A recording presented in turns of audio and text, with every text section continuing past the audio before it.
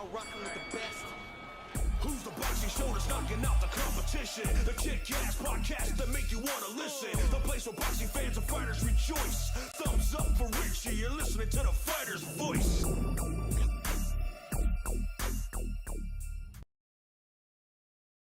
Good evening, ladies and gentlemen, and welcome to the Fighter's Voice Knockout Podcast. We got a great show for you this evening.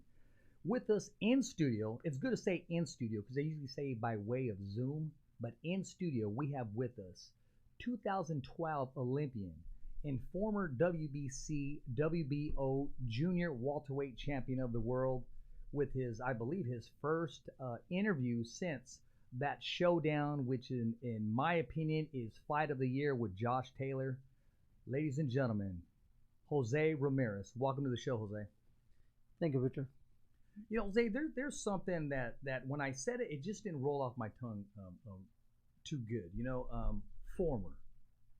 And whenever I say former, but being a world champion, according to Lee Samuels, a Hall of Famer, he says, no, Richard, once a champion, always a champion.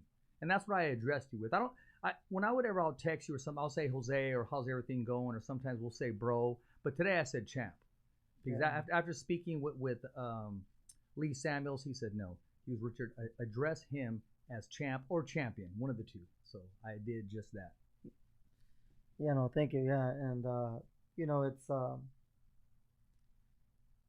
humbled to be here. You know, first and foremost, thank you, Richard, for all the support, man. And you know, it's always good. It's always good catching up with you, and you know, you've been supporting my career since early on. So it's very comfortable. It's a very comfortable position I find myself in right now with you.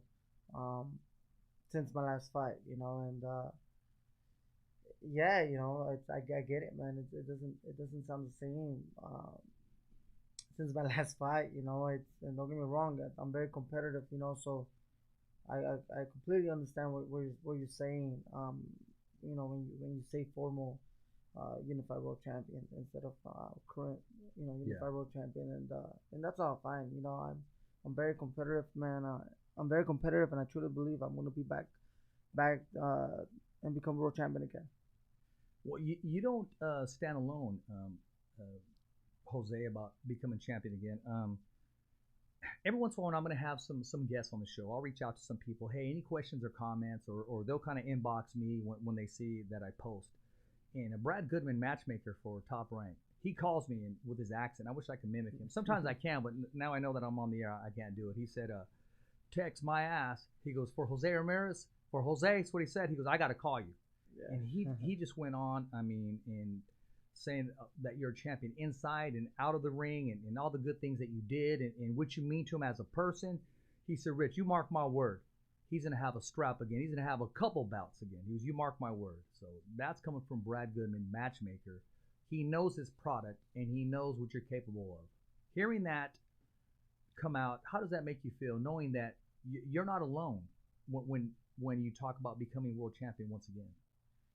You know, it's very motivating. You know, as we all know, boxing is a very tough and lonely sport. You know, everyone believes in you when you made it. You know, everyone's there celebrating with you when you become a world champion, and you know, and they could easily, you know, just, you know, forget about you when you're not a world champion. So in my case, you know, I've been very fortunate to have good friends, good support, a great you know, promoter and the whole staff at Top Rank.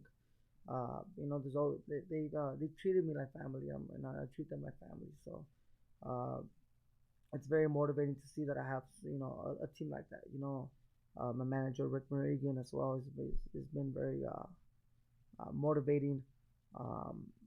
My family, they know me. They saw me grow up, so they know what I'm capable. You know, they know what I'm capable. They know the type of heart and determination that I have, and as well as myself. You know, I know what I could do in the sport. I know there's so much room to improve, and that's a great thing. You know, because that means I could just get better. You know, and I will get better, and I've never been a guy who likes to, you know, justify or talk about excuses. You know, I know what I did wrong on May 22nd, and I know for sure that wasn't my best of my performances,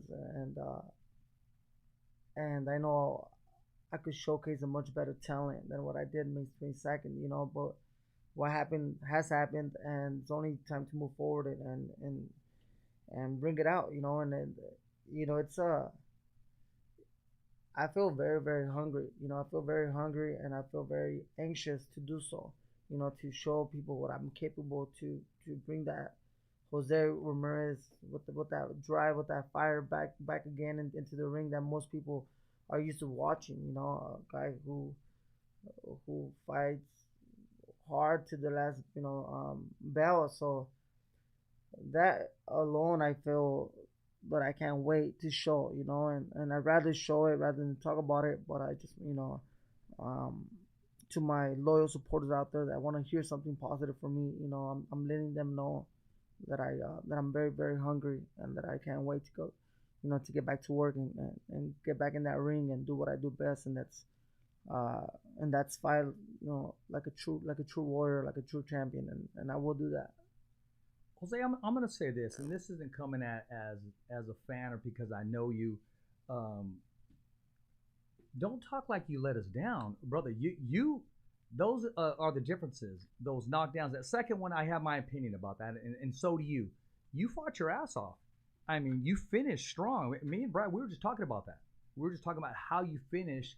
There's nothing more you could have done in that, except for next time. You'll know you're a professional. I don't need to say anything.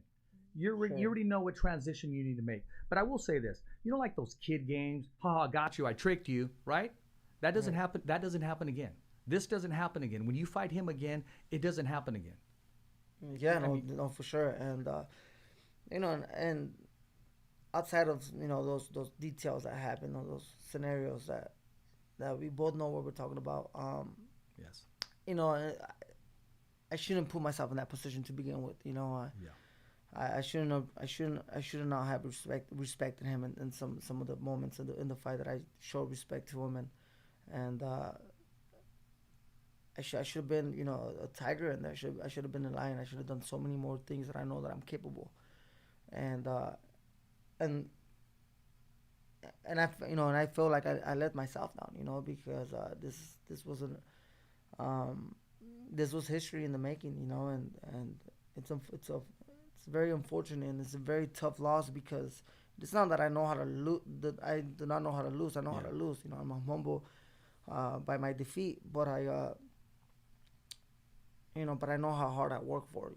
So it's something more that I felt like I owe this to myself, to be successful, and I came up short, and that for that reason I feel, um, like I let myself down because I know the dedication that I have put in, the work, the hours, the sweat, the tears that I put in the sport of boxing since the age of 8 years old, and and also I knew I had every into this to this moment. I felt like I have every uh, skill, every characteristic of a undisputed world champion. Hmm. And I knew I could have done a lot better. And I will do so. I will do so. But again, this is me speaking as a competitive athlete. Uh, not I'm not talking about the I'm not making no excuses up except that I uh, could have done a lot better, and that's me almost, just kind of thinking out loud, Um, I'm not trying to convince, the people watching the show or anybody, this is more of me thinking out loud and it's kind of speaking to myself, and that's the reason why I say what I say. But as to my fans, to my supporters, to everyone that's watching me box, I guarantee you that I will come back stronger and better. And um, boxing's it's a it's so it shows you so much, you know. When you believe you know it all, it just, you know, it shows you more. It shows you things that you didn't think, you know, you were gonna go through. And one of the things that my career as a professional boxer and this making it to this level has shown me is a different level of pressure, a different level of anxiety, and you know, and it shows you what, you know, what uh, you make it to the highest level in the sport of boxing, to where you're fighting an undisputed match against another top athlete. And the way, you know, we made it, it's, you know, we earned our position to be fighting in that undisputed match by winning multiple titles and defeating multiple champions. Get to this level, right? So it's not like it was a fluke. It's not like, oh, you know, you upset someone and then you get your chance as an undisputed champion. No, it was many fights against many undefeated world champions on both sides. Me and Josh Taylor, we both went through that. So the sport shows you that even if you make it to this level of competition, there's still so many negativity, you know, and there's still so many. Boxing is a very lonely sport, and it's so many. There's just so many doubters, you know, and even after so much, it's so much doubters, and that, you know, I'm not gonna lie to you and say it doesn't bring some hesitation or some doubt within yourself, you know. And as thick-skinned as you are, you know, it's it got to me a little bit, you know.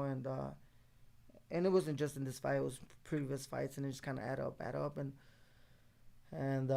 so that's part of the pressure that I felt, that it was new to me, you know.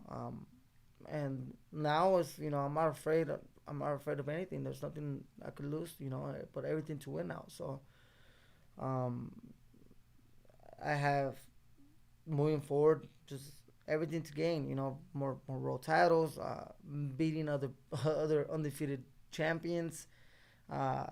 You know, I'm not undefeated no more. But if I knock out an undefeated world champion or a undefeated prospect, then, you know, I'm back in the top. You know, so the pressure's gone. You know, and I'm hungry to show that how much of a great fighter I am, and that just makes me more dangerous moving forward. You know, and as far as being hesitant, as far as, you know, caring too much, like, you know, like I seemed like I did prior to this fight, you know, it's not gonna happen. And I think that's I'm looking forward to being able to move with my career, you know, without those doubts, without all those concerns that you might go through. Well, Jose, a lot of it's who you are. It's your upbringing. That's the way you were taught. And, you know, like I said, who am I to say, okay, I wish Jose would have done this or done that? You already know. You know yourself. And for anybody, those, we call them Monday night quarterbacks or Sunday, you know, the ones that, oh man, he shouldn't have stood in the pocket. They never put gloves on or put a mouthpiece on in their life. They never even been around the sport of boxing. Those guys are professional watchers. Yeah. And there's doers, and myself is a doer behind the mic here, and you're a doer inside of the ring. Jose, you still have a lot to offer the sport. And I'm not just saying this because I know who you are, and you know I consider us friends. You know, it's funny because before the show we went on, I was in the kitchen, and I said, I don't know why I feel nervous. And someone close to me said, why are you nervous? You know him. He likes you. You guys are comfortable. So I said, I know. I just feel like, you know, before I'm going to ring announce or do something. And maybe it was just, you know, that extra time that you wait. You know, sometimes when it may take longer for you to walk out, but you're ready to go right now. Maybe it was something to that effect. And just flattered and honored that, you know, you're here and you made it to our new studio. And, you know, you being the person that you are from day one to who you are today. And you talk about pressure that you had. I remember you made a statement one time, about maybe 3 fights ago. You said, what do I have to do, man? I mean, what I got to do to somebody, you know, to constantly prove myself? Because we had somebody on the show, and they were just mouthing off, and I remember you made a statement. You said, what do I have to do to keep proving myself? So day in and day out, man, it's like that pressure that you have. Now people know that you are human. Because, Jose, you got to remember, you're undefeated, an Olympian, not only just a champion here, but the people's champion. People saw it. The only thing missing from you was the cape. And now that they see that you are human, in a sense, there's more respect coming your way because you are mortal. You are just like us. You've always been just like us. But when you're on top of the heap, Jose, and just, yeah, exactly, getting ready to make history, you made history. Two of the best in the world. Not the best in LA, the world. This guy came all the way from the UK or wherever he came from and brought his whole entourage.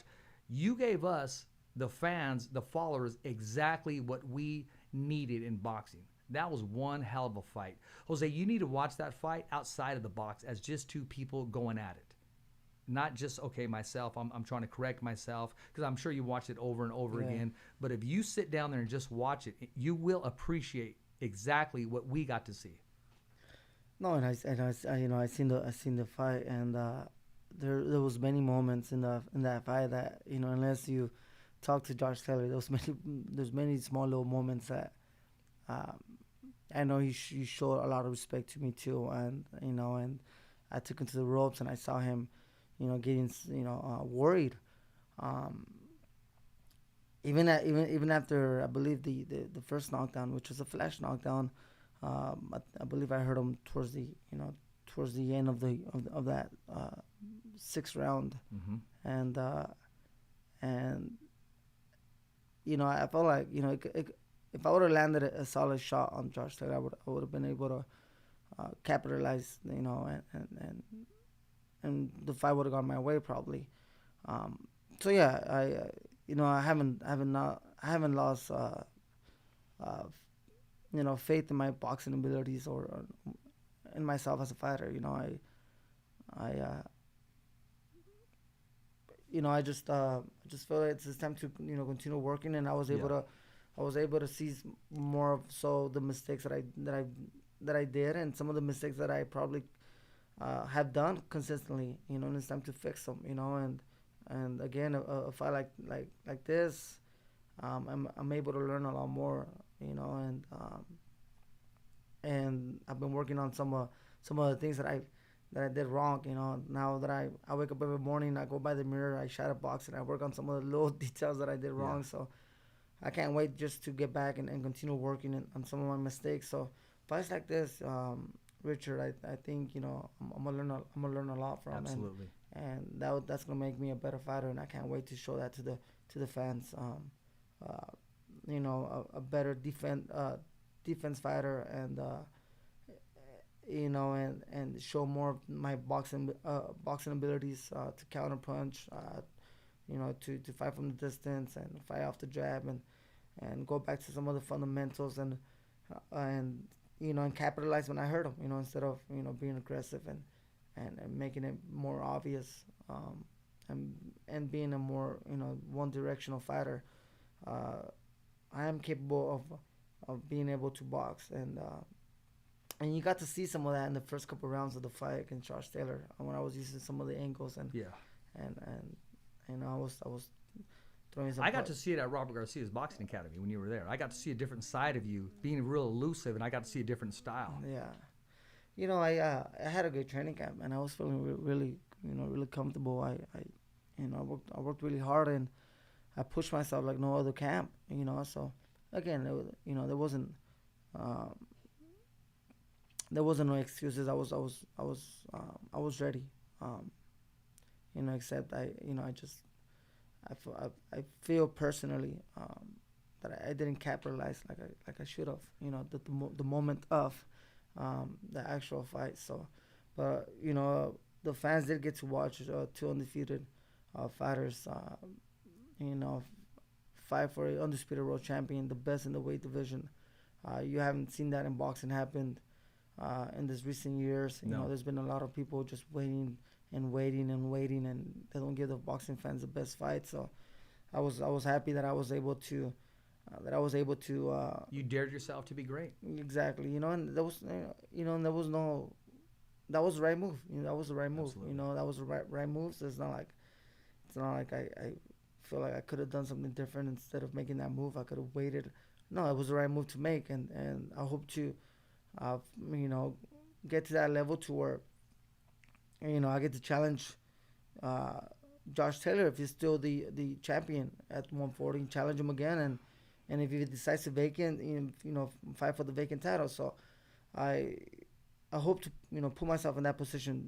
So if I have to fight for a title eliminator before that, I will fight for a title eliminator, and then um, prove myself to the fans that I deserve again the chance to fight for the fight against the champion. Yeah. If he decides to move to the 147 division, and I decide to stick at 140 for one more fight just to become a champion again at 140 before I move to 147, then I'll fight the WBO mandatory. In this case, it could very be Teofimo Lopez, who's the champion at WBO, who's the WBO champion at 135. He'll get a automatic shot at the WBO if he moves to 140. So if I'm the How does that fight take place, Jose? I mean, you guys are both moving forward, and he's a fancy fighter, man, and he has tremendous skills, and he showboats a lot, but there's we each have a plan until we get hit, man. So if he moves to 140, I really believe that I'll be the hardest punch he's ever faced for sure in his whole career. So I faced the best at 140. I faced the bigger guys, and I've done very, very well. So I will sure be looking forward to that fight. If I decide you want that fight personally. I can just tell. When I mentioned his name, I just saw a different demeanor. I'm just, it'll be. I just feel like it'll be a great fight. It'll be a great fight for me to prove myself to be the best to be a great or one of the best 140s to move to 147, and just it'll bring more. My value will be worth a lot more if I move to 147 as a champion rather than just decide to move as a 147 as a guy who lost to Josh Taylor at 140, right? So I wouldn't want to move to 147 unless I'm a current champion at 140 and then move to 147. So as long as my body permits, as long as making the weight doesn't get too difficult. I think that's a plan that I'm looking forward to. But first, I want to put myself in that position to be the mandatory for any 140 champion belt. So, unfortunately, when there's two fighters undefeated and they both have two belts, most of the time, there's no rematch clause. Yeah. So there's no rematch clause for those that have been asking if there's a rematch clause for me to fight Josh Taylor. I know a lot of my big supporters would like to see me fight Josh Taylor, and they know that I could fix some of the mistakes I done and win the fight. But it wasn't presented. It wasn't presented to me that way. It was I asked for a rematch clause, and it didn't work out. He had the same things to offer, and I had the same things to offer, and it was just gonna make the fight more difficult to happen. And I wanted to make the fight happen against Josh Taylor, so I didn't want to make it too difficult for the fight not to happen, or make it too difficult for the fight to happen. That I wanted to do whatever it was in my position to make the fight happen, and for that reason, there was no rematch clause. But I believe that I'm still ranked with the WBO and the WBC. I'm still in the top, in the division. So if I could fight for a title eliminator next, probably.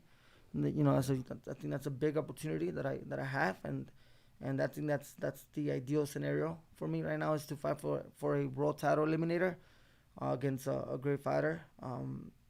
There's Jose Cepeda, who I beat once, and it was a very close fight. For those who were here watching live, sometimes when you're the champion and fights are really, really close, they think that it could have gone to the opponent. But if you won the championship rounds, but everyone was here, and trust me, there's people that support me locally, and there's also people that want to see me lose. So there was no one talking that the fight. Why is that, Jose? I never understood that.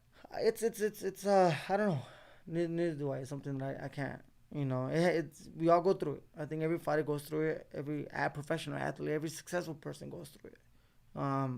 And it doesn't matter what you do in life. It's not just in boxing. It could be, if you're a politician, if you become a lawyer, if you become a teacher, if whatever you decide to do, if you do things really, really good, even, just people don't want to see you get too separated from them, I guess, they want to see you stay next to them and I get it, but sometimes they need to understand that our profession requires certain things from us, right? And more discipline. Maybe we can't go out as much. Maybe we can't. We become a little different, and it's our value. We start understanding our value, right? Yes. The more successful you become, the Yes. more and not financially, but just how valuable your time becomes. How monumental your body becomes. Exactly. I mean, so certain things like that. Yeah. Before we came on, you shared with me, without saying any names, somebody asked you to post something. Why? Because it's coming from you. Why? Because of your value. So Yeah. I know exactly what you're talking about. So, anyways, going back to the Cepeda fight, I really, it was a very, very close fight. I think he won the beginning of the fight. Well, he was winning by maybe 3-2, 4-1, and then I won the last 5 rounds, and then finished the championship rounds really, really strong. But there's him, and there's Pedraza, who stopped Julian Rodriguez, who was an undefeated prospect, 19-0, I believe, or 20-0. Who's been winning his last couple fights. And I think Jose Pedraza, Puerto Rican fighter, who's been climbing up the rankings, in the 140 division. Those guys, and I'm sure Top Rank has other names. Arnold Barbosa. That's a dream fight. Arnold Barbosa, who's been chasing his opportunity to fight for a world title. So there's quite a bit of names, and that's and it doesn't matter who it is. I don't choose and pick my opponents. At this point now, I'm no longer the champion. I'll let Top Rank decide who's the best, for me to fight, and what fight they think will be more interested, and I'll fight that person. And as long as it gives me a world title chance again after fighting for that world title eliminator, then I'm willing to fight whoever the 140 champion, if it's one of those guys again, it could be. There's so many options, and the great thing about my financial business side of the boxing, it's I negotiated my 2 fights, so because there was no rematch clause with Josh Taylor, I had to protect my business side of boxing, and my manager Rick Meridian did really good in protecting like a 2-fight deal. So I'll still be I'll probably be still one of the most paid athletes to fight for a title eliminator. So whatever happens next, financially, I'll be making 7 figures, and that's something that it's unheard of. So it is, and Jose, people would ask me, hey, who's Jose going to fight next? And I said, all I know is he made a statement that he's going to work harder, and I don't know how much harder you can work, but I did say I can guarantee you this: it's going to be in the top 10. It's not going to be. It's not going to be anybody that we don't know or first round knockout. No, it's going to be a top 10. It's going to be a name because you're 2 fights away. Of course, it's again, Richard. It's man, I just follow in the biggest level of competition. I don't feel like I have to take a big step back, man. I feel like I could face Josh Taylor again if that if I doubt he'll give me the rematch. To be quite honest, I don't think so. I don't think he'll do that. Like I said, I got you, but you're not going to trick me again. Yeah. So like when we were kids, they got you, or they'll trick you on to do a trick. That's not going to happen again. So I don't think that fight's capable, just because I know there's other same reward, lower risk, fights for him, and he has, to be quite honest, he still has a mad story with Scott Jack Catterall. Yes. With Jack Catterall out of the UK. So Josh Taylor's from Scotland. He has Jack Catterall from the UK, who's been the WBO mandatory since Maurice Hooker. You know, for Maurice Hooker, and then I beat Maurice Hooker. Jack Catterall had to, you know, be forced to take a step to step outside for me and Hooker to fight, and then I beat Maurice Hooker, and then he was one of my mandatories alongside with Victor Postol, and then he had to, you know, take a step aside for me to fight Josh Taylor, and I think it's finally his chance for him to fight Josh Taylor. So I think that's a fight that they're working on to, you know, and I'm not gonna say Josh Taylor doesn't want to fight me next because he already has this fight with Jack Catterall. But after Jack Catterall, and if I just wait, I don't know if Josh Taylor's gonna wanna. I think Josh Taylor's gonna wanna see me fight one more time and see how I do. So I'm just, you know, I've never been a guy who calls on fights when they're not realistic. I know there's a lot of fighters who do that. They like to promote themselves. They like that hype, and a lot of fans do too. Yeah. You know, they love all this misleading information from the fighters, and they love it, and they support it, and it brings drama to boxing. A lot of people love it, but that's not me.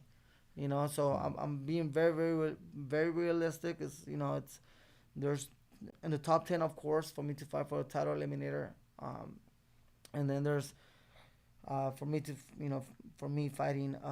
fight for a world title. If Josh Taylor accepts a rematch with me after he beats Jack Catterall, then that will be against Josh Taylor. If say Jack Catterall, you know, upsets, you know, Josh Taylor, then Jack Catterall will be the guy I'll target, as I'll be the mandatory, you know, I'll fight for that fight. Or if, you know, if the belts get vacant, and then I become a mandatory and Teofimo becomes a mandatory as he moves from the 135 division to the 140.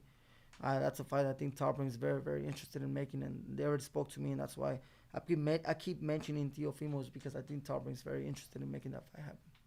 Well, you know what? That's been my prediction. I say Josh Taylor, he deserves to walk in at least one fight at 140s with all the bouts instead of just moving up. You know, defend. He's gonna do that. Yes, I mean he wants to, as everybody would dream of. I think you would do the same before you move up to 147. It's not that we have. Well, we do have the option to vacate the belts, but it's, you know, it's an easy fight to make against Jack Catterall, as he was the mandatory for such a long time. It's, you know, I think it's no disrespect to Jack Catterall, but I think it'd be not as a tough fight as anybody at 147 right now. There's a lot of great talent at 147. I agree with you. I think he vacates. I think the 140-pound division is going to be freaking fire.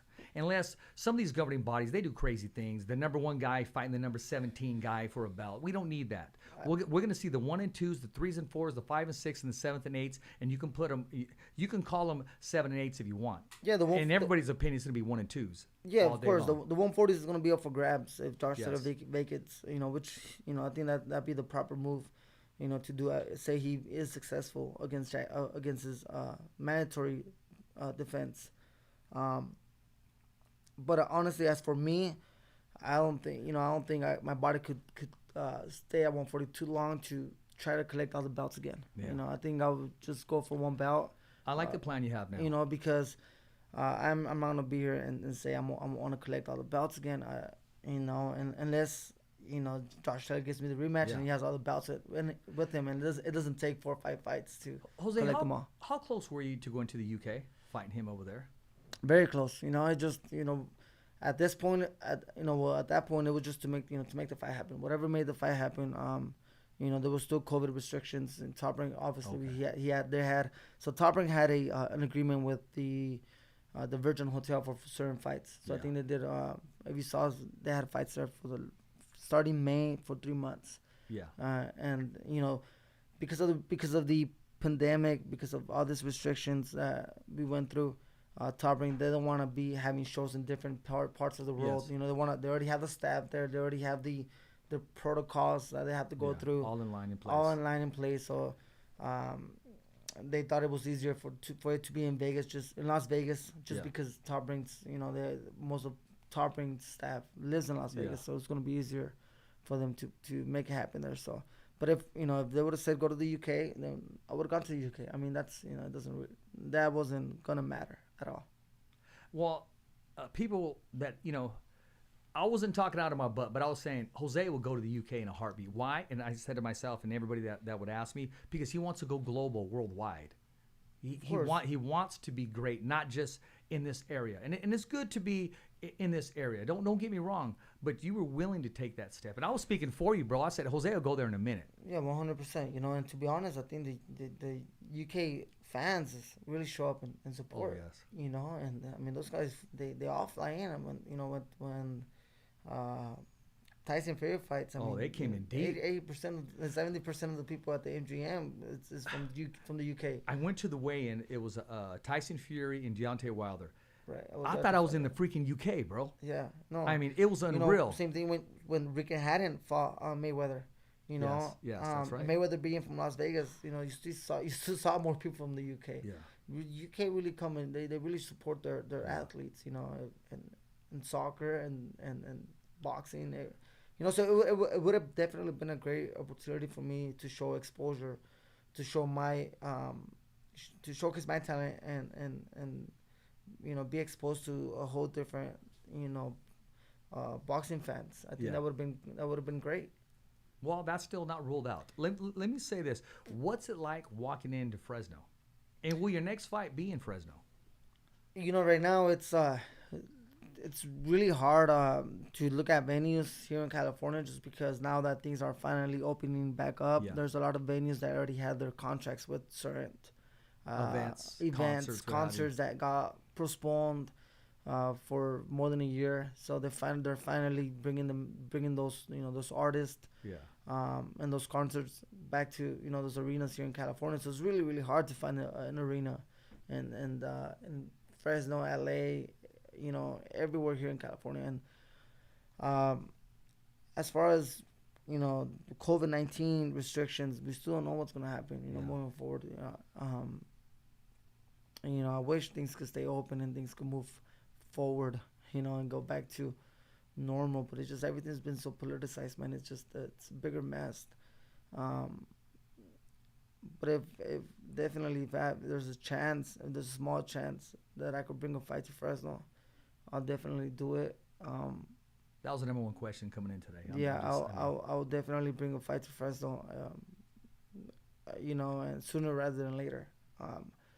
You know, I think that my next fight in Fresno will be big. You know, I think the fans really miss me here, and the support I have here in the local area and just all over California. You know, now that I've been training in Riverside for many years, you know, there's a lot of support that I have out there in LA and just all over the place. And I think a lot of people talk about how big the boxing fights are in Fresno when I fight. So a lot of people love to travel too. You know. From Texas, there's a lot of Hispanic boxing fans in Texas, Arizona. There's so many fans that I now have that would love to come and see, not just me fight in Fresno, but also see the atmosphere in Fresno. You know, everyone talks so highly of the fights when I fight here in Fresno. So, if I could bring a fight to Fresno, I would definitely do it. I don't know how you do it. You seem to please everybody, because when you're walking down, instead of being focused on the ring, you make eye contact to all your personals. You make sure, even you did it to me plenty of times, and you kind of, and I'm thinking, this guy's getting ready to just go to war, and he had enough time just to, you know, and you do that. I seem to feed off of you guys'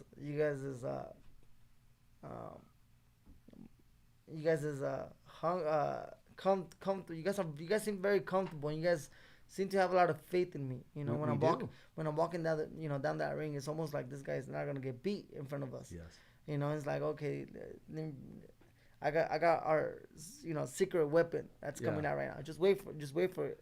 Exactly. and then I come out. Yeah, exactly. So it's like I want to prove you guys right. You know, so it's like I got you guys. And it just I build off all that energy, and that faith that I seen that a lot of expression. I could see through the expressions of a lot of people that, you know, feeling very, very comfortable that I'm gonna be very successful. Yeah. No, I mean, you definitely have the support, not just in Fresno, but just worldwide. I believe you made a lot of fans, man. I mean, with that big event that took place. Personally, Jose, I mean, it's water underneath the bridge. I wish it could have been promoted just a little bit better, a little stronger, I think. I think that towards the end they made a run. But I'm thinking, and one of your I'll say rivals. He even agrees with me. Regis Prograis. So, bro, are they not promoting this, or what's going on here? Because even he was locked into that television. Yeah, you know, it's I really believe it was very underpromoted. It was a bigger fight than what they made it seem to be. You know, and it could be, you know, the COVID-19 restrictions. You know, I don't know what it was. You know, but to be quite honest, I wasn't very pleased with the promotion that the fight took. The fight should have been much bigger. You know, as leading up to the fight, it should have been much bigger. It should have made a lot of noise. You know, and I know in the UK, you had to pay to watch it. I think it was $13 or so. Yeah. You had to pay to watch it, but it did great numbers at the end of the day in ESPN. Wonderful numbers. Wonderful numbers. Still one of the most watched events on ESPN. I made your fight. There's that day was very close for me, and I remember that particular day. I couldn't find a cake, so I went and what did I get, Mateo? A cupcake? Yeah, you got a cupcake. I got a cupcake, but they were able to find me a candle. And Richie likes, he used to like Dos Equis, the green bottle, and I couldn't find it, so I settled for Corona because I celebrated my son's birthday the day before because I knew Richie would want me to go. Yeah. And I say this, Jose, you and Richie would be friends. Yeah. You guys would. I mean, just plain and simple. I've said that before. Yeah, you guys would, because I just see a lot of similarity. I would have loved to meet him, you know, and you know, may he, you know, rest in peace. Yes, and yeah, you know, and of course you had to do what you had to do, Richard. Yeah. But I'm glad you made it, you know, and I'm sure he was, you know, celebrating his birthday from, you know, up above and watching me, and you know, it's I really appreciate how you know, talk so highly of your son, you know, and you know, me being a father, obviously, you know, so you had to do what you had to do, but I do appreciate that you ended up, you know, showing up and watching watching the fight. So it was you know, it was good to see familiar faces after the fight, you know. Yeah. I remember. I took my how can I say it? My media hat off. I got caught up, and Jose, you can't believe the insults I got personally. The DMs, you know when they're talking about you, they just don't say your name. Yeah. Because when you were going to your elevator, remember? Yeah. And what I was basically screaming, I was yelling, "Team Ramirez forever! Team Ramirez forever!" I think I did hear some videos and I could recognize your voice, you know, and me after the fight, yeah. So as I walked to the elevators to go back to my room, so you know, I believe it or not, I didn't feel embarrassed at all, man. No, you had your you know, head I up always high. thought I was gonna be embarrassed, but I didn't feel embarrassed. I just felt really disappointed in myself. Well, Jose, the thing about it is you coming out, taking the time that you needed to regroup mentally. And when I had sent a message, I didn't say, "Hey, Jose, are you still going to come to the school?" No, I said, "Jose, when are you coming to the school?" Because nothing changed for me. Yeah. Win, lose, or draw, a damn thing didn't change. And the kids are looking forward to that October 8th, and we mentioned that, and actually I've been asked to put together a highlight video. And my point was when I said that is people were just quick to say, oh, "Okay, you're such a fanboy. You're on his nuts. You're on his jock. I got it all. And I kept it all because it motivates me. Because these are the same people that are one day going to subscribe and come aboard, whether you like it or not. Because I'm not going anywhere until my last breath, until the voice goes away, or until There you go, man. I know that I left everything out there. But I was talking to Mateo afterwards, and I kind of had mixed reactions, and I was thinking, wow. And I remember Ali Sebak looked at me, and he had the same face, like, oh man, Rich, that was a tough one. And he saw the emotion I had. And so some other people, there was some positive about that too. People were letting me know and stuff, but people were just sending me stuff. Oh, you're on his jock. You're supposed to be media. That's unprofessional. Hey man, from human to human. I mean, that was my brother in there. You know what I mean? Yeah. Getting down. So I just wanted to say that and let you know you're not the only one sometimes being persecuted or what have you, or You being know, judged. But it's the bigger you get too, Richard, the more negative comments you're gonna get. Well, I hope I have that problem one day. Look at Ellie's. Ellie's done tremendous in Yes. the media. The GOAT. And reporting things that most people don't report, and people. And you talk to him, and he really doesn't care, man, what people say, man. He's No. happy to be where he's at, and he has everyone's at the end of the day, they stay tuned, and watch him do his thing. So I'm sure you're gonna get there. You're gonna get there, and you're starting to get there. I mean, look, if you're getting some negative comments like that, man, that means you're doing things that not too many people could do. Be so close to a fighter, and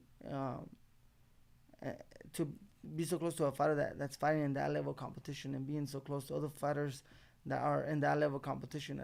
Not too many people get that opportunity to surround themselves, and not just be media, but create a relationship with some of these fighters. Yeah. At the end of the day, man, people,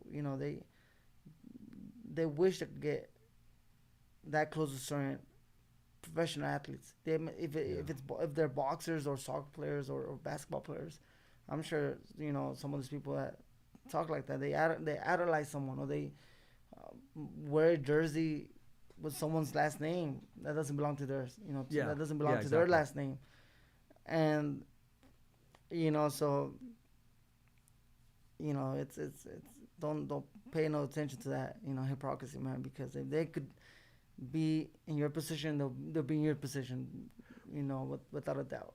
Well, you would be the only one where, I mean, because I've had to been close to a fighter and he got beat, and I interviewed the winner. And I've always said to myself, if I can't do this interview, then I don't belong here. Right. But you were the only one where I just separated myself and just like, I don't know. I just wanted you to know that I was still here. Yeah, no, and I did. I heard it, and I do appreciate you, for supporting me the way you have. And I think the best is yet to come, and I'm still, I truly believe that. I'm still quietly young, and I feel like once I just fix certain mistakes that I've been, that I haven't fixed, and once I work on certain things I need to work on, and I'll be back to the top, and I'm looking forward to it, man. I start training pretty soon. As far as my boxing training. Yeah. And I'm looking forward to getting back in the ring, in the next 6 months. That's a great time frame. Now talk about appreciation. I want to let you know some people that appreciate you. This is coming from your trainer, future Hall of Famer trainer, Robert Garcia. Says, tell him we are very proud of him and can't wait to get back even stronger than before. The Garcias, man, I respect them so much, man. They're so similar to my family, and he understands, how I am. He's had,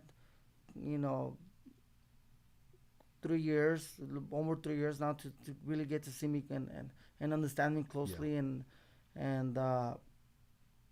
he knows how competitive I am, and people who are very competitive, we don't take a loss very easily, like, oh, it's cool, and I'll be back again and posting things like if I don't really care. I cared, that's why so you kind of saw me stay away from a couple weeks after the fight, and have you talked to any media at all? I think I haven't accepted no media. I think you're the first one. Since the fight, I don't recall me talking to no media outlet. I know Rick had some questions to ask me that people wanted to hear from me, and I would just, Rick would ask me the questions, and I would just kind of reply to Rick, and then Rick would probably type them back and send them back to whoever was interested in the answers. But as far as me taking the time to one-on-one speak to someone, no, I think you're the first one.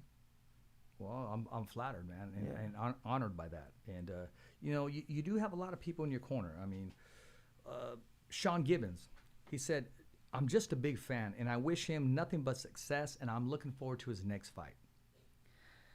You know, Sean, just big old shout out to Sean, man. One of the Diva best, Sean. man. One of the best managers out there, man. He really Yes. works with all the best. Look at him. He looks clean right there, huh? Oh yeah, man. He looks sharp. You know, he manages. He brings great talent, but they're not seen to the public. Yes. He brings them into the biggest stages. You know, Yes, and, he does. You know, he's Pacquiao's Promotes in the Philippines too. promoting if he's Pacquiao's manager now, and I think he should be his vice president if he wins. yeah, That's a you whole know. different topic there. You know, Sean he's really elevates a lot of the fighters that are in Mexico and the Philippines and takes them to German Cajas. exactly. You know, and just the Filipino, the 120 is the 118 or 123. Yeah, with the blonde hair. Oh, I'm forgetting Yeah, his no, name. he just won. I think they're Oh, okay. talking about him fighting what's his name? He just won his fight against the they want to make a fight against Nonito Donaire, Oh, yeah, but yes, yeah. he just beat Rigo Yeah. Rigondale. Yeah, that was on Showtime. That was a good fight. That was a good you know fight. he promotes. I mean, great fighters that he has. Yes. He does one great job definitely. No, he does. he does a great job. We need more. And he's always been a very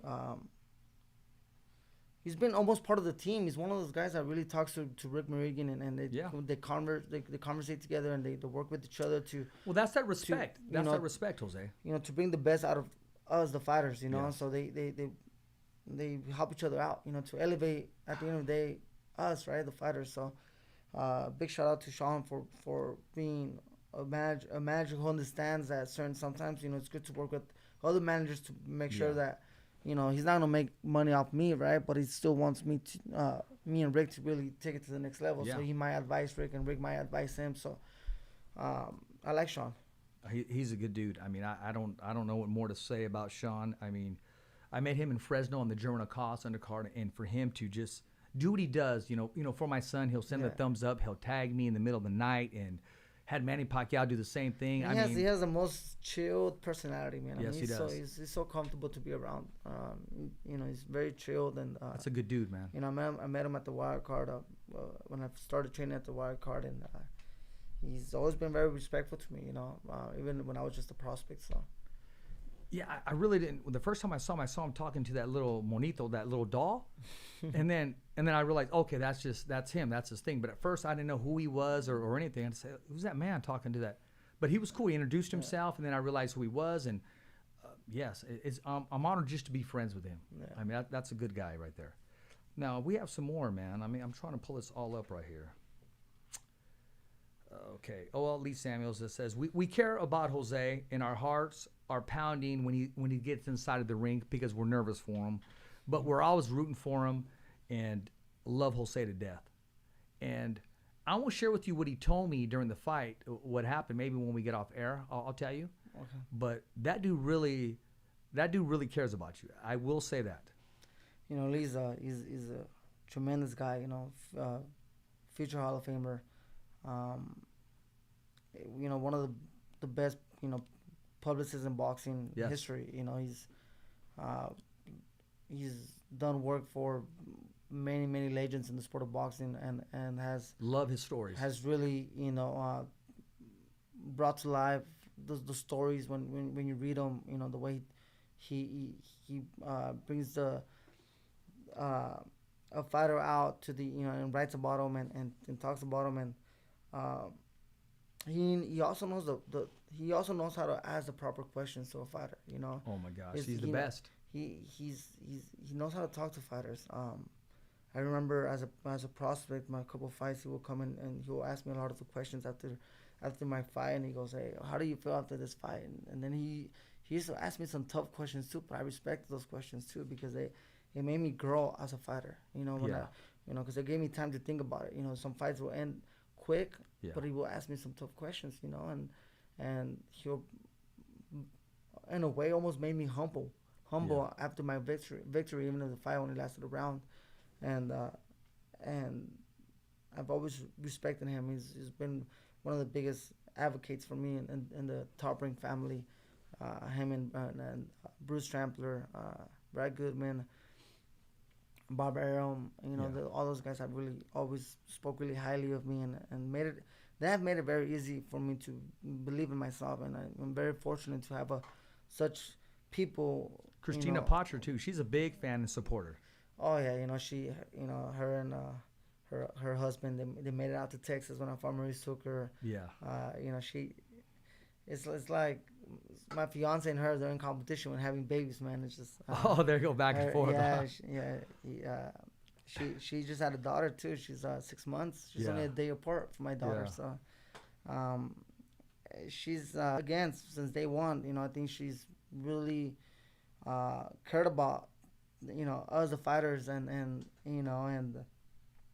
to this day she's just communicating with Marisol, and they talk about our kids and stuff like that. So she's, I think, her and her husband will be longtime friends even after me, even after I'm done boxing. Those great relationships that grow and continue to Yeah. grow.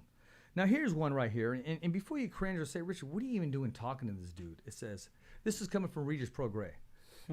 Ask him what's next. Is he staying at 140 or moving up to 147? And ask if Josh Taylor got in his head. And tell him he still has to see me eventually. Yeah, of course. I think me and Regis will be a fight that could definitely be done. And I'm not, I don't got, there's so many, I think, options that I have after my next two fights. And my next two fights most likely will be at 140 just because I want to become a champion again. But Jose, I think, look at all these options you got, as if to say you still have the bout. All these people, these big fights, nothing but big fights from the rest of your life. And I think, there's certain fights that Top Rank is very interested in me fighting for, but I think me and Regis will definitely make a big fight. And I think we'll make a huge fight at 147, and that'd be a great fight that could happen. Probably the first fight I fight at 147 will be against Regis Prograis. I respect the guy. He's a very nice guy. He's we kind of low key supported each other. Try to make it to the top and fight each other.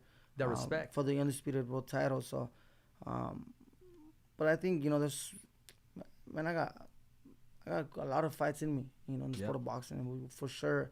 And I'm talking about a lot of fights. Me being at my best, not just a lot of fights, and I'm not gonna be myself no more. I think there's still a lot of, I think the best fights are yet to come, and I think some of those fights could be against fighters like Regis Prograis and probably at 147, some other names at 147. Jose, I'm gonna ask you this, and this is a tough question, but I think it's a good question. Just came to me right now. How does this loss make you better? It's gonna make me work without so much of that pressure, and without caring about people, man, just kind of just focus on myself, and it was an eye opener, it was an eye opener for me as an athlete, as a person, I gotta focus on my lifestyle, on my family, and how is the family doing? Very, very good.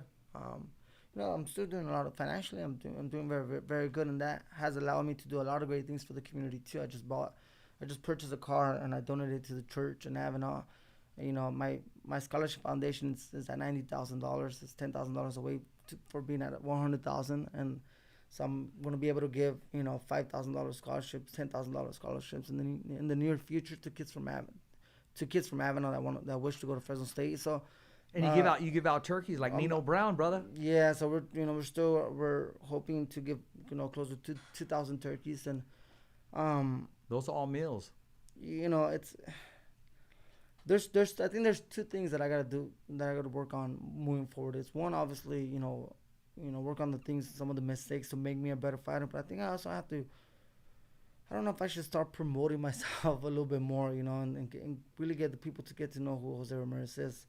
I do a lot of the things for, behind the scenes. And I see certain people do a fraction of it, right? And they get promoted by everyone, but I don't know, I will say I'm still in between that, because something tells me that it's okay just to do, to do things for the right reason, right? Yes. And sometimes people tell me, well, I know you're gonna do it for the right reason, but make sure you people get to know you, and get to see what you do. But the family is doing really, really good. But moving forward, I just want, again, I want to really focus on my priorities and what's important to me, and be that fighter that my family wants me to be that fighter that my team wants me to be that fighter that my biggest fans want me to be, not be the fighter that my biggest haters want me to be, or be that fighter that my biggest doubters want me to be, or be that fighter that other coaches or other media outlets that are fans of other fighters want me to be. I want to be. I should become the fighter that the people that care about me the most would like me to be, and I'm gonna work really hard inside and out to become that person and become that fighter. Well, you're doing a good job of it, Jose, and you're doing a good job of being yourself, and being yourself got you this far. And I know that there's further steps for you. I mean, you got more branches, more roads to cross. Your chapter's not over yet. Your book's not sealed yet. And I truly believe that we've only saw just maybe, honestly, maybe 70%. I think there's more for you to give and to grow on. We haven't yet seen the best Jose Ramirez. Now, the Maurice Hooker, you would have beat anybody that night. Plain and simple, period. You were focused. You drowned everybody out. But I believe there's more performances like that coming for Jose Ramirez. Yeah. And no offense to Maurice Hooker. He's also a friend too, Maurice. No, Maurice Hooker's a good guy. A great champion, a great fighter, and again, to answer Rita's question, the second part of the question, the first part is, God willing, will, be a great fight to make between me and him, and I think it'll be a fight that's going to be very fan friendly, and it's going to be a war, and for sure, I'll be, gladly to one day share the ring with him. The second part of his question was if Josh Taylor got into my head, and it could be, man. I never, faced a guy who showed no respect, and I'm not talking about as a fighter, just as a person. He showed no respect, towards me and my family, even at some points during fight week. But I'm somewhat embarrassed. I'm somewhat embarrassed of letting a guy like that beat me. Even though afterwards he apologized, and I, everybody asked me what was it that you told him when he was apologizing. Yeah. And I told Josh Taylor that in life it doesn't matter how many bouts you have, man. If you have that attitude, you're not worth anything. And to my people, and to the people that I care about, and even to my eyes, you're gonna be worth very little. And those bouts ain't gonna justify the person you are. And he apologized, and he said, it was just to get under your skin, and distract you. So maybe it did work. I don't know.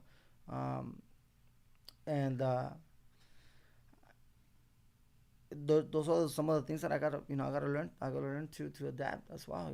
That I might face certain people that just don't have the same morals and principles that I do. And I'm not saying Josh Taylor is a bad guy. Who knows? He might be that person when the cameras are off, but he might be a different person. He might be a good person. I'm not gonna judge him, because I don't really know him. But I think he sent me a message, and I didn't read it to be honest. But he did send me a message not too long ago. How many messages did you get, Jose? I mean, total. Man, how many dots you got on your phone? Those red dots. To me, they get to me, man. I can't have those on my phone. I got to take them off. Yeah, I have a lot of messages, man. But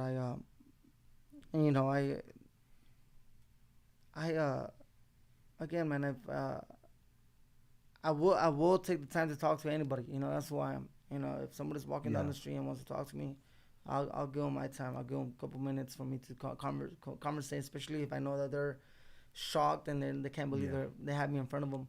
I will conversate and I'll converse with them and give them a couple minutes of my time. But messages, man, I'm not a big guy to be in messages or on the phone. I'm that's not who I am.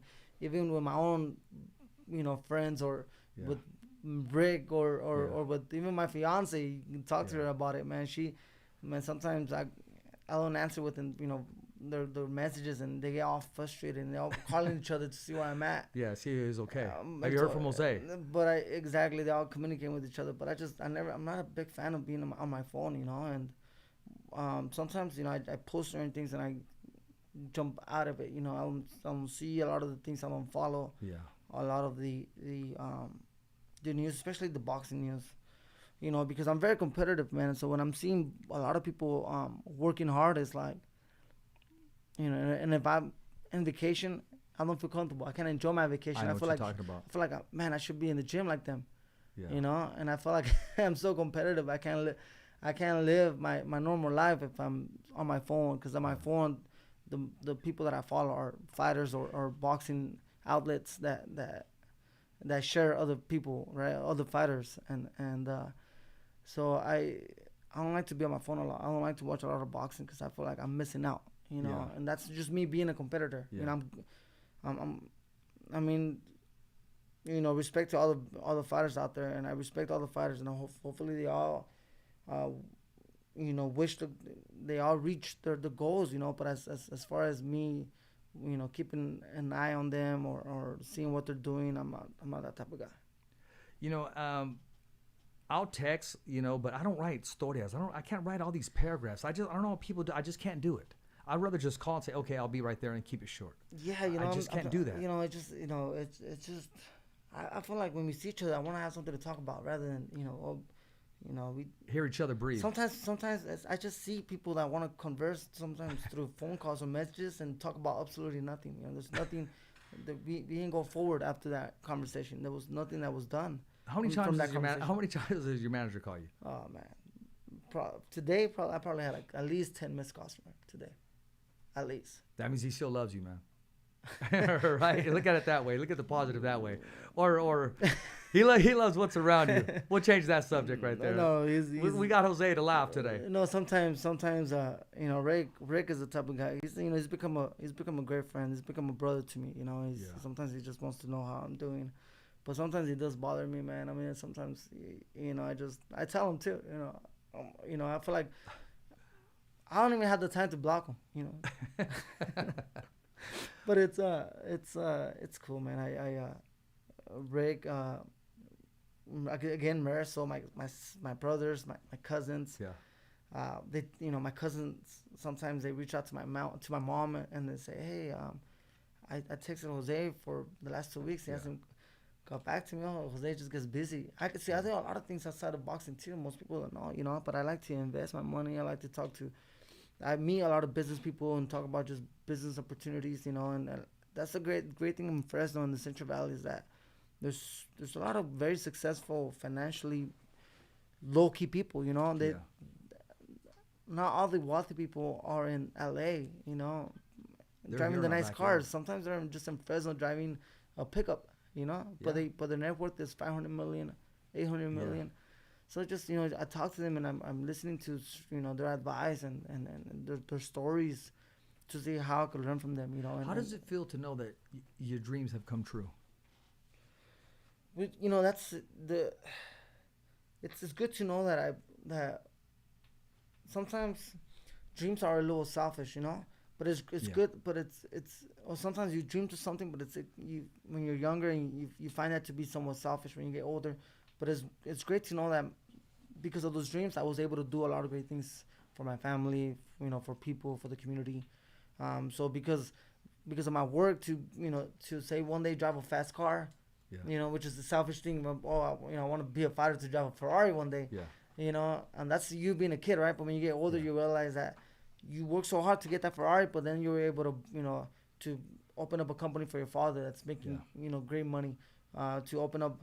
To purchase a house and give your kids privileges that you never had as a kid, to donate back to the food banks, to fight for, alongside with great organizations like Clovis Community, the Cancer Institute, or even Children's Hospital here in Madera with the kids fighting cancer,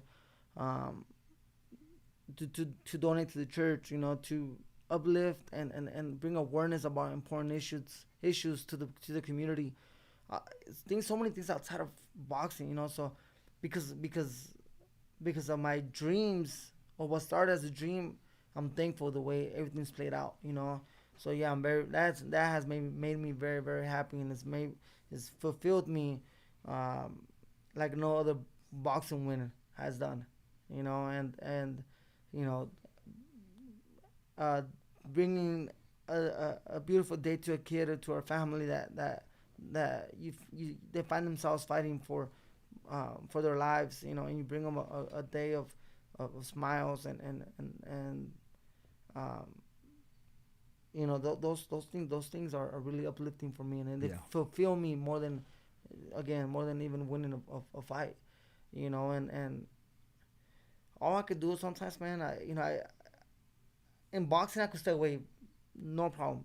As far as, you know, being in the drama or being or trying to stay relevant, so starting a fake, you know, argument with another fighter, you know, instead of doing all that, I could stay away from all that.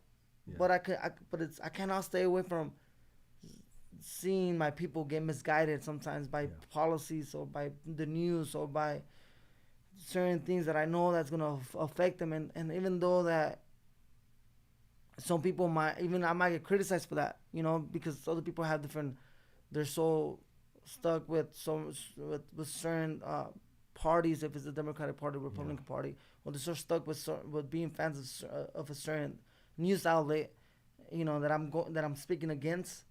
And I'm not speaking against them all the time, and just there's certain conversations that I just find that I had to speak against that because it's a lie. That's not who you are. And I just can't. I'm having trouble staying away from that. You know, I'm having somewhat trouble staying away from that, and it just I feel like I want to guide my people. You know, because that's pulling you. That's the life after boxing. That's the politician Jose Ramirez that's in your blood, in your calling. You know, but it's somewhat different. You know, because I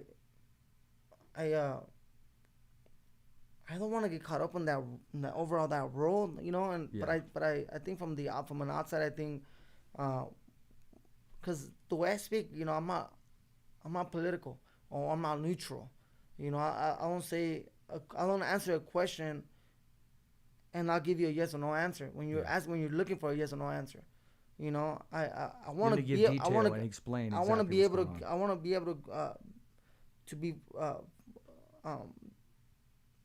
to make you understand and be very, very forward and either I'm going to be here or either I'm going to be here in a certain issue, right? I'm not going to be in between to where we're not going to be better. You know, if I'm going to speak about an issue, I'm going to go all in. And I think as a politician, because the way politicians are somewhat set up is that they have to be neutral. Sometimes they have to be neutral on the things they really care about. And be very, very forward on the things that they don't really care about, but it's gonna benefit other politicians. It's gonna benefit their campaign. You know what I mean? So they kind of selling themselves short, you know, because they stay neutral on the things that they care about.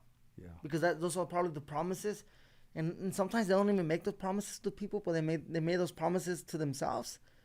But they know they can't. Then they know if they move forward with it, that might jeopardize their campaign. That might jeopardize their future as a politician.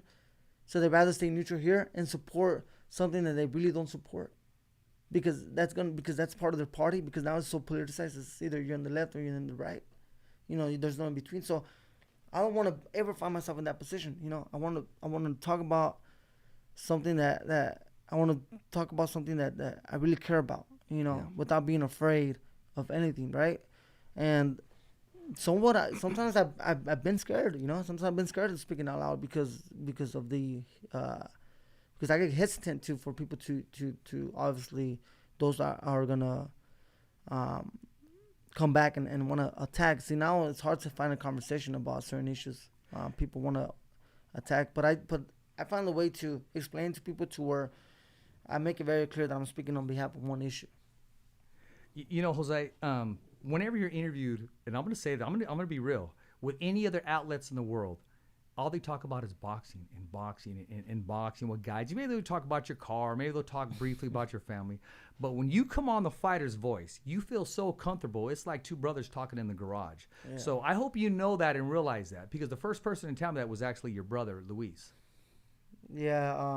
You know, I just, you know, and I'm glad you feel comfortable. Like I'm glad you're able to express yourself. Like right now, we just had this you know, we're facing another water drought, you know, and I'm in the radio station and I'm hearing people, you know, their concerns about environmental issues. The wildfires that are happening left and right in the Yeah. north side and up by Tulare, um, north of Tulare, and I asked myself, the environmental organizations are one of the wealthiest organizations Hmm.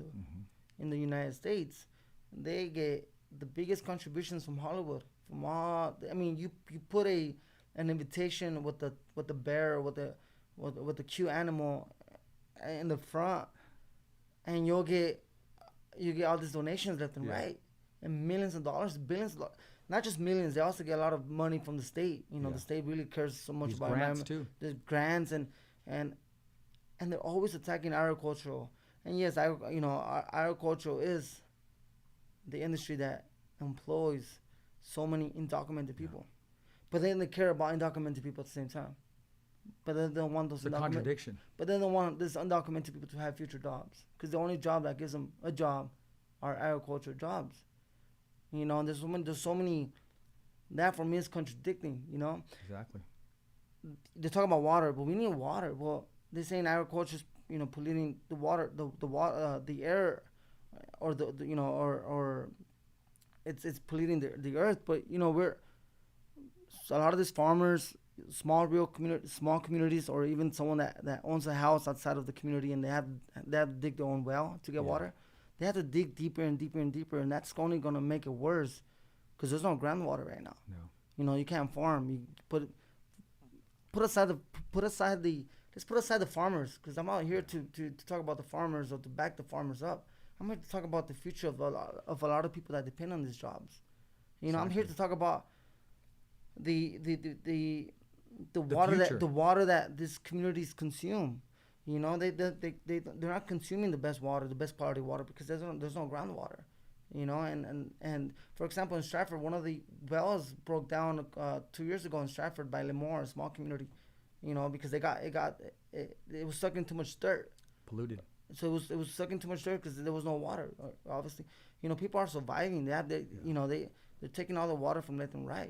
So those are issues that people are having trouble to talk about. But when it comes to fighting for people's jobs, and people that in these jobs are paying them $600 a week, $700 a week, and some of these guys, they're not lucky enough to get the stimulus that a lot of people have been getting, Yeah, on top of the unemployment, Yeah. right? Some of these people are not the lazy ones that don't want to grow.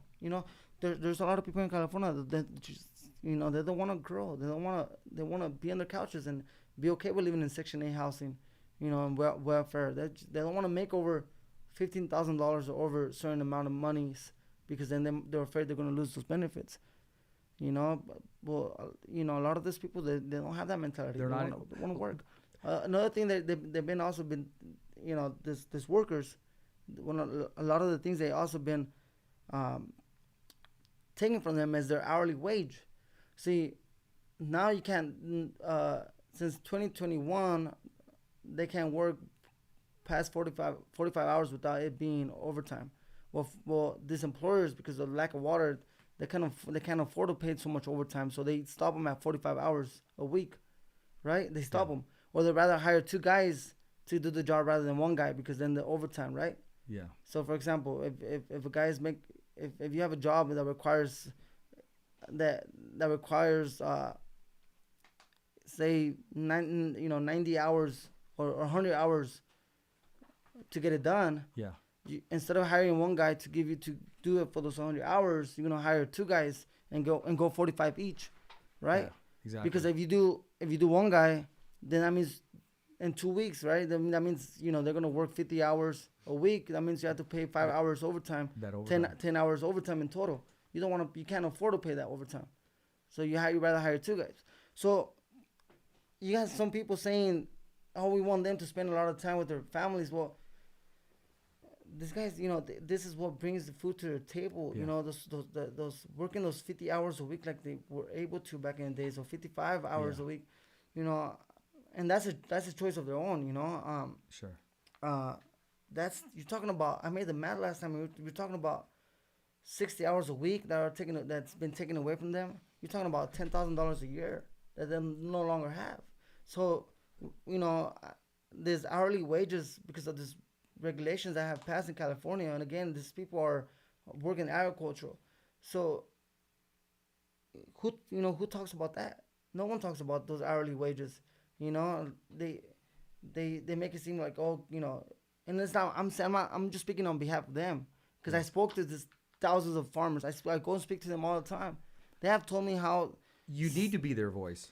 they have told me how sad it has been that the chicks, they're only $45, 45 hours a week instead of 55 a week, because those 10 hours it might not sound significant, but in a week that's 60 hours. That adds up. And it's times $15 an hour, so $14 an hour. Some are paying 16. My dad is a labor contractor. Yeah. We're paying our guys $18 an hour. So, but it's not all year. Yeah. It's only for certain harvesting seasons. So, those are issues that I think are important for our people. I agree. And it's sometimes it is disappointing to, like, their kids. They grow up, they go to college, and they forget about their parents, and the parents are still working in the fields, and they forget to fight for them. And the reason why they forget to fight for them is because they're not doing anything, to prevent that, to prevent from those policies that's going to regulate their parents' jobs more. They don't do nothing to help their parents, have that opportunity to make more, and do more. You have $10,000 a year, they could buy a little house. Yeah. And then next year, buy another little house, and have the American dream of owning property in the United States. Yes. And the United States does have that available. Well, it once did, but the more regulations, restrictions, that they put in certain industries that employs these people, that's not gonna benefit our people at all. Who blames the environmentalists when all these wildfires take place? Well, they talk about it's global warming. Global warming does not start a fire. It's the lack of maintenance. It's the lack of maintenance that they're emphasizing all the energies to prevent water storages from being built. That's going to benefit small communities and the people to have better quality water and to have future jobs. They rather focus a lot of the energies in that and leave their job unattended.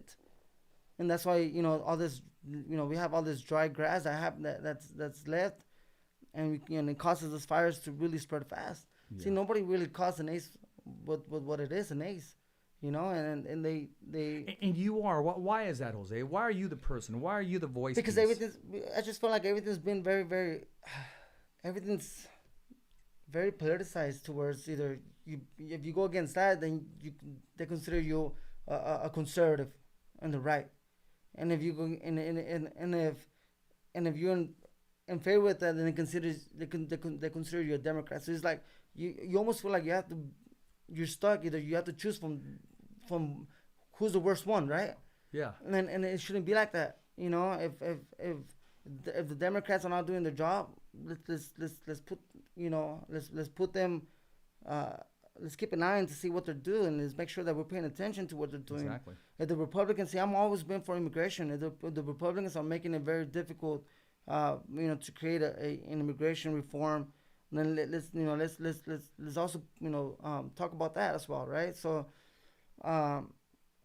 we have to start talking about policy, right? And getting people to understand what these politicians are really doing, because we could vote. We have we live in a country that we have democracy to be able to choose who our elected officials are. So we have the right to vote them in or vote them out. Exactly. if they don't do the jobs that they promise. Exactly. So those are things that I care for, because people are saying, the farmers. The big farmers, they don't care about water. They don't want to help this out because they're too big. It's almost like they want to socialize farming almost. But the ones that are not surviving are the small farmers. Yeah. But forget about the farmers for 1 second. Let's talk about the people. The people are missing out on their art, and they're getting smaller checks. They're the providers. And then there's not enough crops because of lack of water, so there's less jobs for them. Or they might only work 6 months and they have to migrate to a different state to work. This may sound ugly, but that seems to be their way of trying to just dismiss I'll say us, because it's, I mean, let's be frank. 95% of the people are raza. It's us. They look like us. Yeah. And that's what it is. It's being accepted more now, but we can always do better. We can do completely better. I mean, why would we want to eliminate? We should be adding to this. You know, I've spoken so much about these issues, and don't get me wrong. You know, there's different ways we could work together to also keep a healthy environment. You know, but one thing I could tell you is, because I do care. I live here. You know, it's not like I don't live here. It's not like I live by the beach in Southern California, to where the air is not as polluted here, and then I'm speaking on behalf of this issue. No, I live in Fresno, and I'm gonna stay here in Central. My family lives here, so there's ways to work on having a better environment. But I guarantee you, if you don't have water on our grounds, we're gonna continue digging deeper and deeper, and that might be very unhealthy for our planet. You know, people are digging down to 300 feet down already to get water. You know, here in Madera, here in Chachula area, you almost see it somewhat sinking in a little bit because they've been sucking all the water down. Yeah. You know, that doesn't seem very healthy. That's not healthy for our planet. Either. So I think we should balance it. You know, but unless we don't get water, that's gonna happen. And we're facing a water drought. That's why I'm talking about this issue right now. Jose, I'll say this: we all have to open up and start.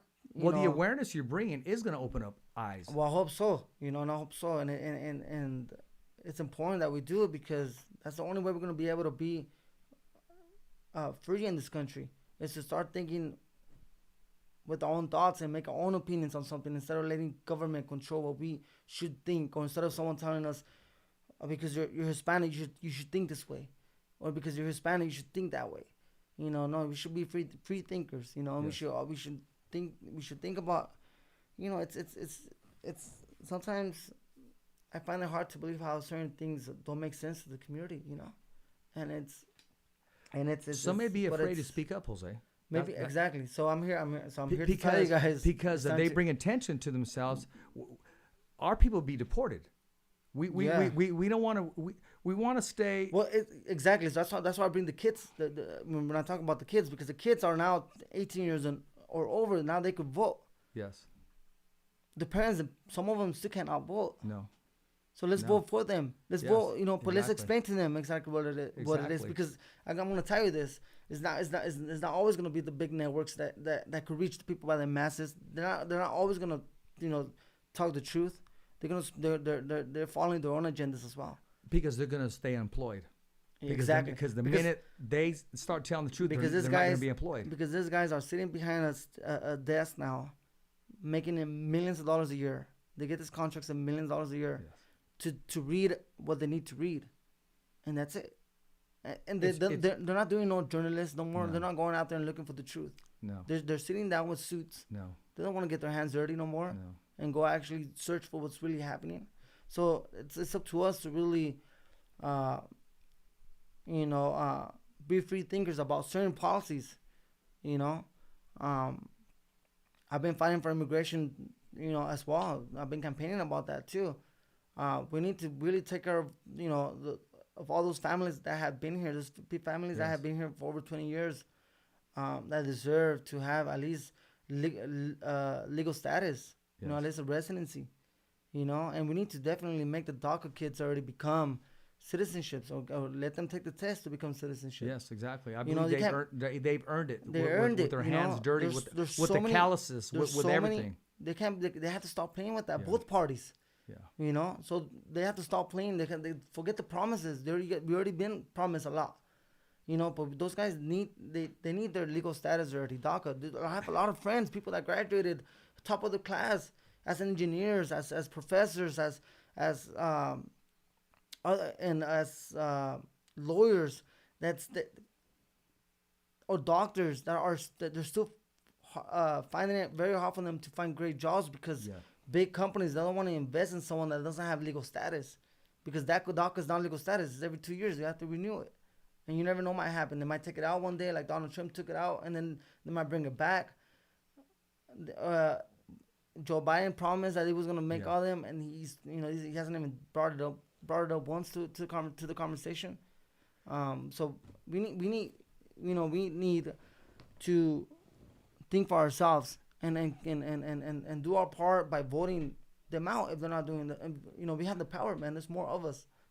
Exactly, Jose. I'm smiling because my mom she would go there and she would probably say, "Let me bless you, mijo," because back in the day, my mom would boycott for like rights and stuff, and she was there on the Chavez to bring restrooms to the fields and water. My mom, I mean, yeah, that's a part of me. That's why I joined you. I could have easily cut you off, but no, this is actually me being able to give back for my mom when my mom was boycotting and what my mom stood for and what she believed in, and. Jose, once again, I would say when people ask about the fighter's voice, it's not just MMA fighters and boxers. You don't need to put a mouthpiece on and get your hands wrapped to be on the show. It's fighting for against cancer. It's fighting for your rights. It's fighting for your marriage. Hey, the voice of a fighter. Any of the above, because we're all fighters. Yeah, amen, brother. Jose, it's been a pleasure because we can go on and Exactly. and we feel comfortable, and this is your platform.